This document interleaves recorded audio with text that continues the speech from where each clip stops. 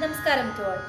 Today we are going to learn a new song in the ragam Sindhu Bhairavi, Talam, Adi Talam, Tishra Nade.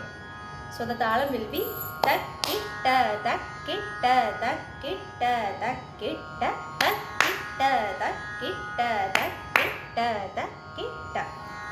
Sa re ga ma pa da ni sa sa ni dha pa ma ga re sa. Sa re ga ma pa da ni sa sa ni dha pa ma ga re sa.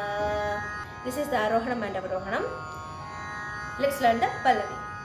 Shankara, Shankara, Jadadhara, Jadadhara, Shambho Mahadeva,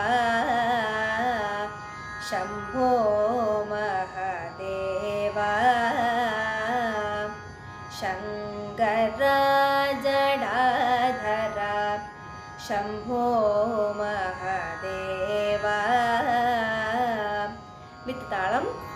Shankara Jadadhara Shambho Mahadeva. Shankara Jadadhara Shambho Mahadeva. The second line. Dayakara, Dayakara, Gangadhara, Gangadhara, Sarveshwara, Sarveshwara, Sadashiva. Dayakara, Gangadhara, Sarveshwara, Sadashiva, Sarveshwara, Sadashiva.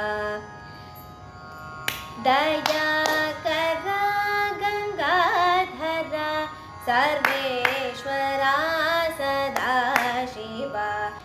Dayakara, Gangadhara, Sarveshwara, Sadashiva.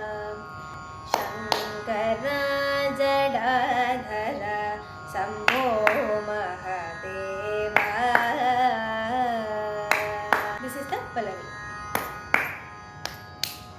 Hope you understood the Pallavi. Learn the Pallavi first, then we can learn the Anupallavi in the next video. Till then,